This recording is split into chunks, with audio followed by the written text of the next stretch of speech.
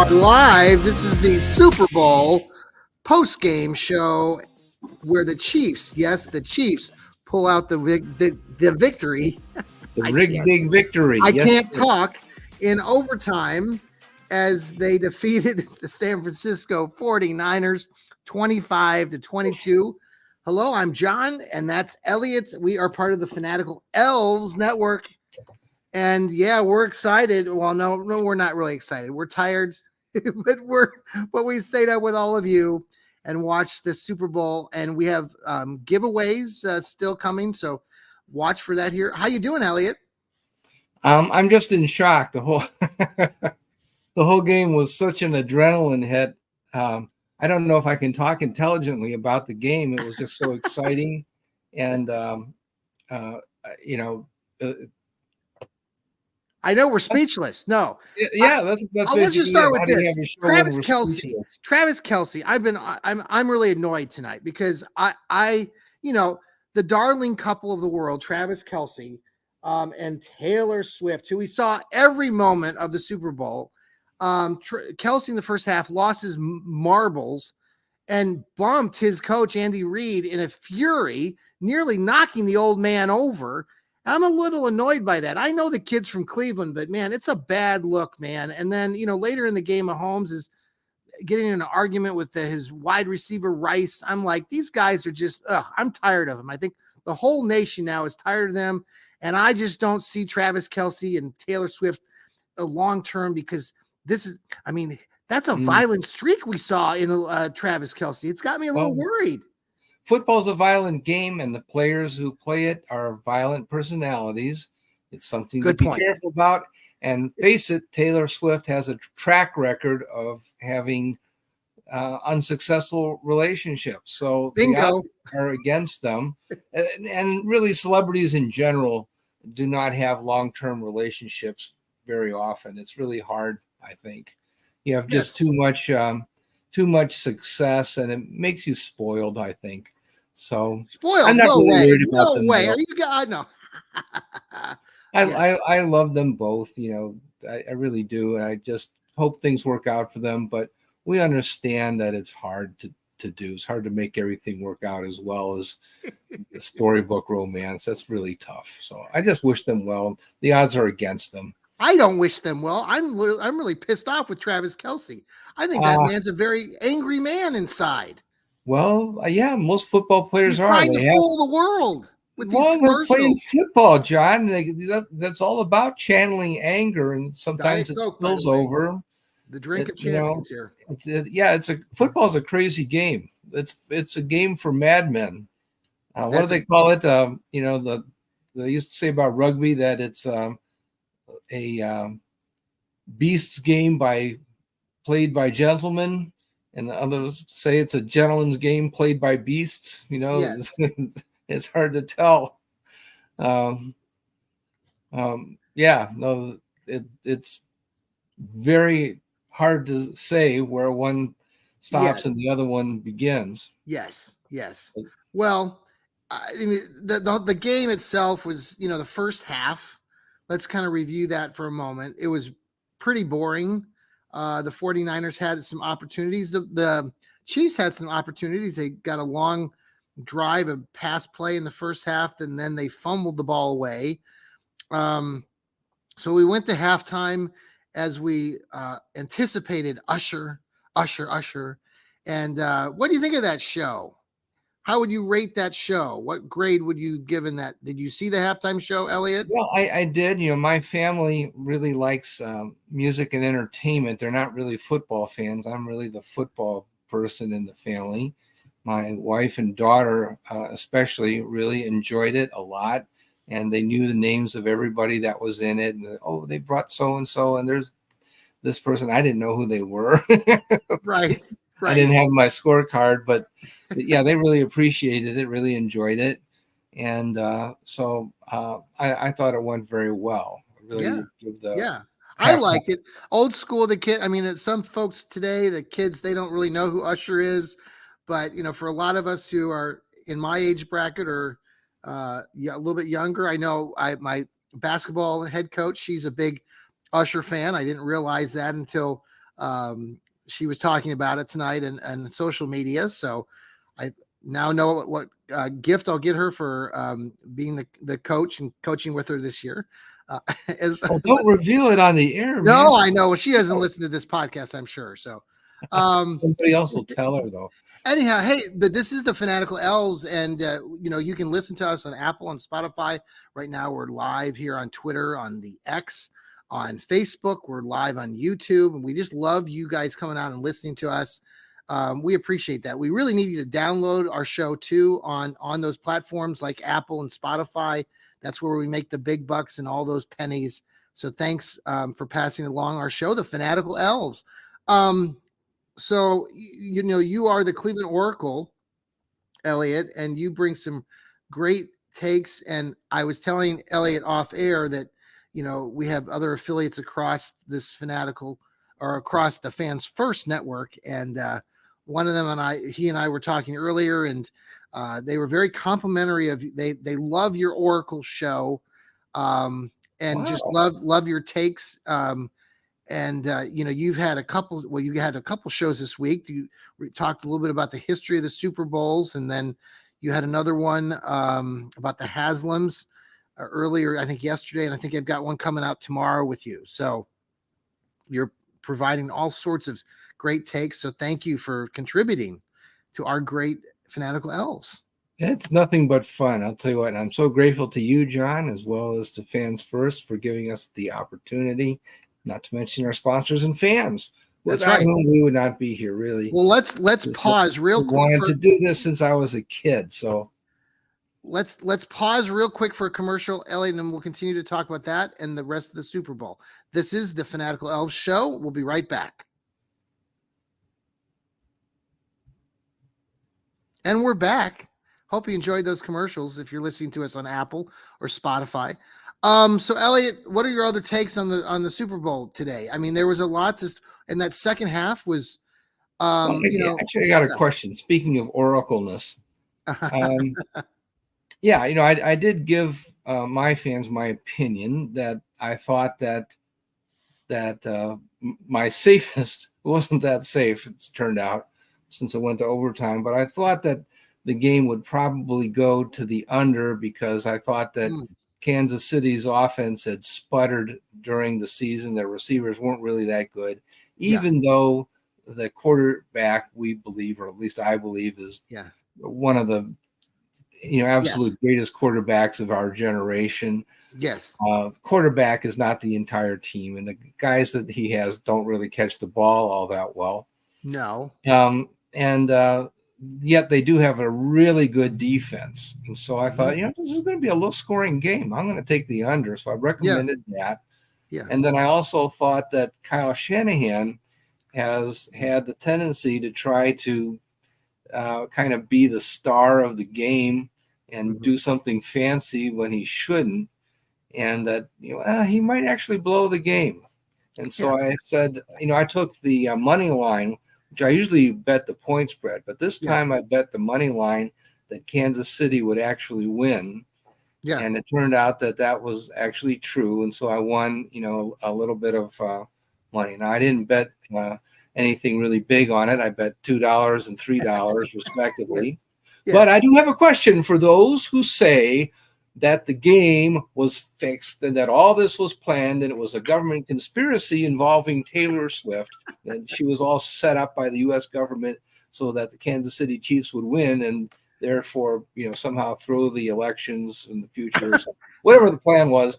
So I assume that all of the people who knew this bet like their entire house on Kansas City to win because they knew that it was fixed, right? Right. So all of you people who told us that the game was fixed, and who, by the way, I also predicted that it would happen this way, didn't I? Yes. All of you who predicted with 100% confidence that it was fixed and there was not even a shred of possibility that San Francisco was going to win. You guys are all rich now, right? Because you bet your house knowing that you were going to get your 100% guaranteed return on your investment. Right. Isn't that right? Isn't that right, fans? I'm just asking. Hey, so Kyle Shanahan, I talked on my Johnny Cleveland podcast a little bit ago before the, looking at this game between the 49ers and the Chiefs and the connections that beyond the gridiron says. There you go, scripted. And beyond, I'm sure you're a wealthy man today because you, in fact, met your entire house on the Kansas City Chiefs and Taylor Swift, agent of the federal government. It's with the Browns connection here. Kyle Shanahan was with the Browns, and I talked about it on my show earlier, back in 2014, and how that team under Mike Pettin, who was a high school football coach, they hired him as the head coach instead of Kyle Shanahan at the time. Kyle Shanahan was the offensive coordinator of the Brownies, led them to a 7-4 record under, that's right, Brian Hoyer. But then, all those crazy folks up in the front office in Cleveland, Ray Farmer and everybody included, decided, no, we wanted to see Johnny Manziel. And now there were a couple games in that 7-4 record where maybe the Browns could have won. They could have had a little bit better record potentially, but they benched Brian Hoyer. And lo and behold, Kyle Shanahan left after that season, and now has been successfully gone to 2 Super Bowls in the last 7 years. Where are you at? With Kyle Shanahan? 3 now? Okay. He was the offensive coordinator for Atlanta when they blew the 20. That's right. They blew the lead. That's right. Oh man. No, but he's a great offensive coordinator. I think in the Atlanta case, though, especially, I think he felt the need to really show the world his brilliance by going out in an absolutely mind-boggling way, and he gave Tom Brady a chance that he really didn't need to give him. Well, but I just want to correct one thing. I don't believe it was the front office that interfered with Mike Pettin. I believe it was James Haslam III that did that. I believe that he and Mrs. Haslam had a talk about things like this. Yeah. Mrs. Haslam. Yeah. Let me ask you about this before. Okay, let's go back a little. Let's go a little bit back further in time, though. The other thing I mentioned was that in '99, when the Browns got the reboot, they started back up. That the Browns hired Chris Palmer, and they brought in Tim Couch. But at the time, Andy Reid, who now we're talking about glowingly all the time, got hired by the Philadelphia Eagles instead of the Browns back in the day, and they took Donovan McNabb instead of the Browns, who took Tim Couch. The Browns could have taken Donovan McNabb. They could have also, if they felt strong enough, taken Andy Reid as their head coach instead of Chris Palmer. And so it's just very interesting when you look back at how everything came to be. And I just find that very interesting. If you go back and read about some of that, what was going on, and how, Andy Reid was kind of available. He had been, I'm not sure which team he was with before, if he had been with the Eagles and they brought him up to head coach or what. But then he ended up winning 144 games with the Eagles and very successful with McNabb. Now with the Chiefs. Wasn't Andy Reid with the 49ers also? I think so. And then there was this whole thing with the DeBartolo family. Their ties go way back. The Edward DeBartolo, the grandfather or the father of the other DeBartolo, who ended up coming back and helping with the Browns later. He had connections with Paul Brown, and then he wanted bought by the Browns back in '77. Art Modell was still here, and so that never transpired. And that's when DeBartolo's then bought the 49ers in '77. So just a lot of interesting connections that I talked about earlier. I just think that that's kind of a neat history. Well, we wanted to stay with a sure thing and good old Art. We didn't want any department. Well, and one of these days, the Browns are going to get to a Super Bowl, and we all here are Browns fans, and we love our Brownies. And it was Super Bowl 58, and hopefully the percentages are going up in our favor at some point before we all die. We're going to see our Browns get to that elusive Super Bowl. Any predictions on could it happen next year, Elliot? Well, somebody's got to make a Super Bowl. Why can't it be Cleveland?